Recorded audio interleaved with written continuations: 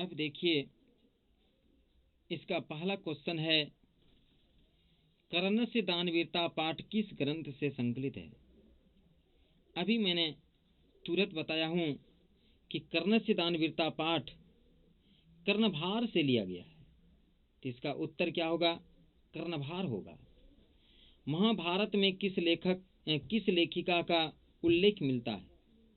यह तो यहाँ पर नहीं है, इस पाठ में इसका वर्णन नहीं किया गया है, लेकिन संस्कृत साहित्य लेखिका में बताए थे सुलभा का। महाभारत में किस लेखिका का उल्लेख मिलता है, तो सुलभा का उल्लेख मिलता है। तीसरा क्वेश्चन है, सूर्यपुत्र कौन था। हम अभी तुरंत बताए हैं कि कुंती ने भगवान सूर्य का उपासना करके और एक पुत्र की इच्छा प्रकट की, तो उनके द्वारा एक सूर्य पुत्र की प्राप्ति हुई, इसलिए सूर्य पुत्र कौन था, तो कर्ण था। कर्ण किसके पक्ष से युद्ध लड़ रहा था, तो हमने ये भी बताया है कि कर्ण जो है कौरव पक्ष से। महाभारत युद्ध में दो पक्ष थे, कौरव पक्ष और पांडव पक्ष। तो कर्ण जो है कौरव पक्ष से युद्ध लड़ रहा था, तो इसका ऑप्शन नंबर ए होगा। ब्राह्मण रूप में कौन प्रवेश किया। मैंने पीछे बताया कि ब्राह्मण के रूप में ब्राह्मण वेशधारी इंद्र प्रवेश किया। कर्ण के आश्रम में इंद्र प्रवेश करता है ब्राह्मण रूप धारी। दानवीर कौन था, भीम, अर्जुन, कर्ण, युधिष्ठिर। तो यहाँ पर कौन सा ऑप्शन होगा, कर्ण होगा। दानवीर कौन था, कर्ण था। कर्ण किस देश का राजा था। अभी मैंने तुरंत बताया हूं, कर्ण अंग देश का राजा था। कर्ण अंग देश का राजा था, मगध, काशी, मिथिला नहीं होगा। कौन सा होगा, ऑप्शन ए अंग देश। कर्ण किसका पुत्र था, कुंती, केकई, कौशल्या, शकुंतला। तो कुंती का पुत्र था। कर्ण का पिता का नाम सूर्य और माता का नाम क्या था, कुंती था।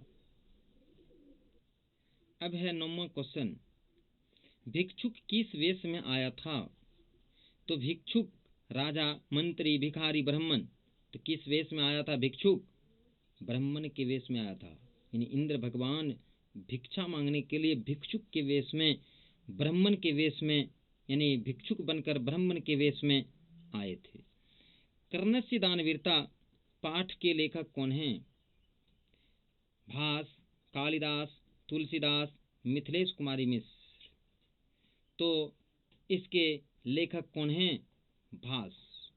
भास के द्वारा यह रचित है। नंबर 11, समय परिवर्तन के साथ कौन नष्ट हो जाता है। शिक्षा, धन, भिक्षा, सभी। तो मैं थोड़ी देर के लिए यहाँ पर उत्तर देने के लिए रुकता हूँ। आप लोग मन ही मन सोचें, या तो इसे ABCD करके नंबर दे के ABCD करके कि कौन सा हमारा ऑप्शन सही हो रहा, और इस प्रकार से आप जांच कर सकते हैं कि हम कितना नंबर ला रहे हैं। तो समय परिवर्तन के साथ कौन नष्ट हो जाता है, शिक्षा। इसका ऑप्शन नंबर क्या होगा, ए। अर्जुन किसके पक्ष से युद्ध लड़ रहा था। तो यहाँ पर 4 ऑप्शन दिया, कौरव, राम, पांडव, हनुमान। तो अर्जुन जो है पांडव के भाई थे। 5 भाई पांडव में एक अर्जुन था। तो ये अर्जुन के पक्ष से युद्ध, अर्जुन जो है पांडव के पक्ष से युद्ध लड़ रहे थे। 13वां क्वेश्चन है, कर्ण कवच और कुंडल किसको दिया। उत्तर आप लोग ढूंढें। इंद्र, कृष्ण, भीष्म, युधिष्ठिर।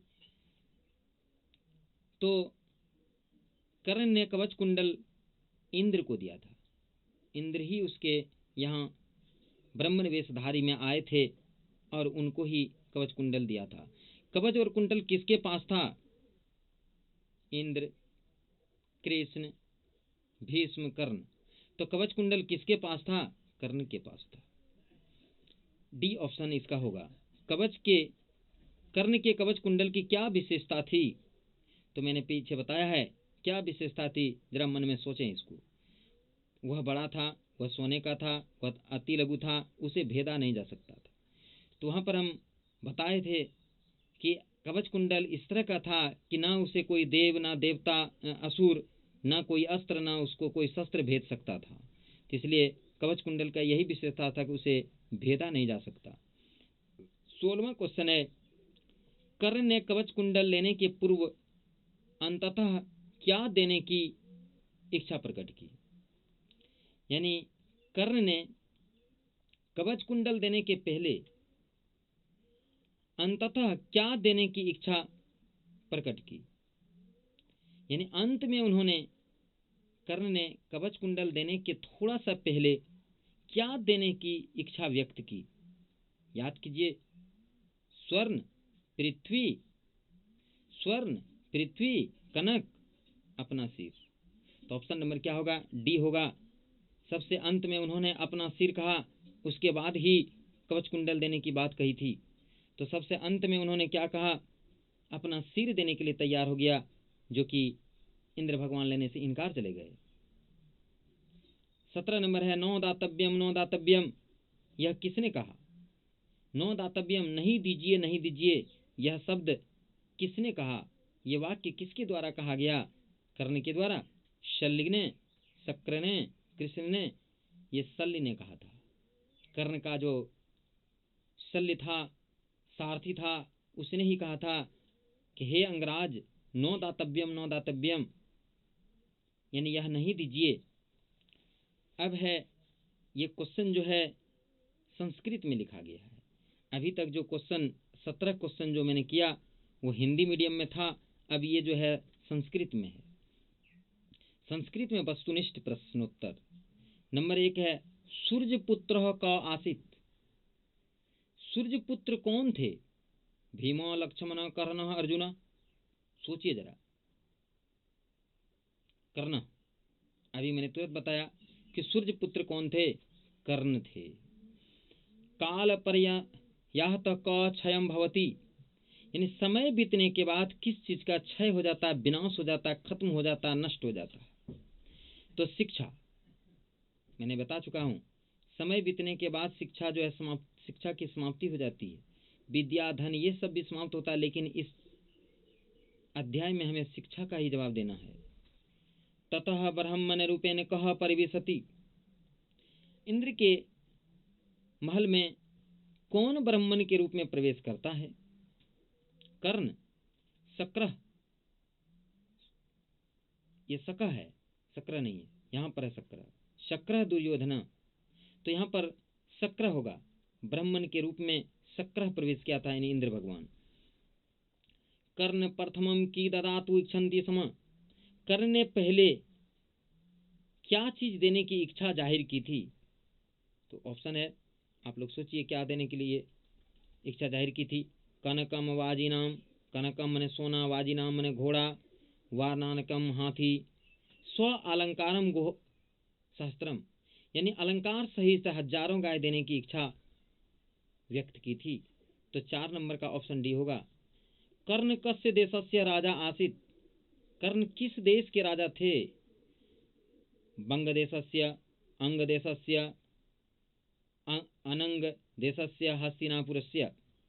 तो कर्ण जो थे किस देश के राजा थे? अंग देशस्य। किस देश के राजा थे? अंग देश के राजा थे। नंबर 6 महाभारत युद्धे कुंती पुत्र, महाभारत युद्धे कुंती पुत्र कर्ण कस्य पक्षतः युद्धम करोति, महाभारत युद्ध में कुंती पुत्र कर्ण ने किसके पक्ष से युद्ध किए थे? पांडव पक्षतः, भीष्म पक्षतः, कौरव पक्षतः, द्रोण पक्षतः? तो यहाँ पर क्या होगा? कौरव पक्षतः होगा। मैं थोड़ा सा रुकता हूँ, आप लोग मन में आंसर को देखिएगा। कौरव पक्षतः, कौरव पक्ष से कर्ण ने महाभारत में युद्ध किया था। इसका 7वां क्वेश्चन है कह महातारम भिक्षा याचे, यानी कौन बहुत बड़ी भिक्षा की याचना करता है? कौन जो है सबसे बड़ी भिक्षा को मांगता है? कर्ण, कर्ण, भीम, द्रोण, शक्र? तो इसका आंसर क्या होगा? शक्र होगा। यानी इंद्र भगवान ने ही बहुत बड़ी भिक्षा का याचना किया था।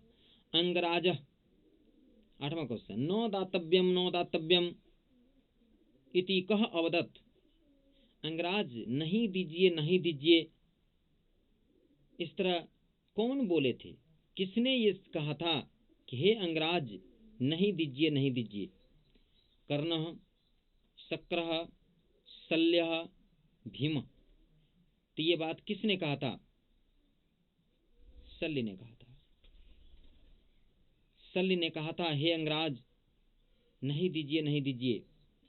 कर्णस्य दानवीरता पाठस्य रचिता क। कर्णस्य दानवीरता पाठ के रचिता कौन हैं? तो पीछे बता चुका हूं। यहाँ पर संस्कृत में पूछा है तो इसका हिंदी अनुवाद में करके बोल रहा हूं कि कर्ण से दानवीरता पाठ से रचिता क। कर्ण की दानवीरता पाठ के रचिता कौन है? तो भाषा। कालिदास, सिद्धेश्वर ओझा, मिथिलेश कुमारी मिश्रा। तो क्या होगा? भाषा होगा। कर्ण से दानवीरता पाठ के रचिता भास हैं। अब यहाँ पर 10वां क्वेश्चन है, कर्णस्य दानवीरता पाठ कुतः संकलित। यानी कर्णस्य दानवीरता पाठ कहाँ से ली गई है, कहाँ से संकलित की गई है? ए है पुराणात, कर्ण भारत, रामायणात, हितोपदेशात। तो कर्णस्य दानवीरता पाठ कहाँ से लिया गया है? तो ना तो पुराण से, ना तो रामायण से, ना तो हितोपदेश से लिया गया है। तो कहाँ से लिया गया? कर्णभार से लिया गया है। यहाँ पर ऑप्शन बी होगा। कर्ण कस्य पक्षतः युद्धम करोति। कर्ण किसके पक्ष से युद्ध करते थे? कौरव पक्षतः होगा। सर्वप्रथम कर्णम किम ददाति। ये क्वेश्चन रिपीट हो रहा है। सालंकार गोसहस्त्रम, यानी हजारों गाय। तो प्यारे दोस्तों, यहाँ पर ये चैप्टर का जो है ऑब्जेक्टिव समाप्त होता है। मैं आशा करता हूँ कि यह आप लोगों को बहुत ही पसंद आया होगा। इसलिए आप लोग अधिक से अधिक अपने दोस्तों तक इसे शेयर कीजिए, लाइक कीजिए, ताकि हमें अगली वीडियो बनाने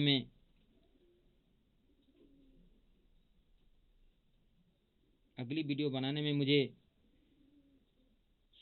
अच्छा लगे।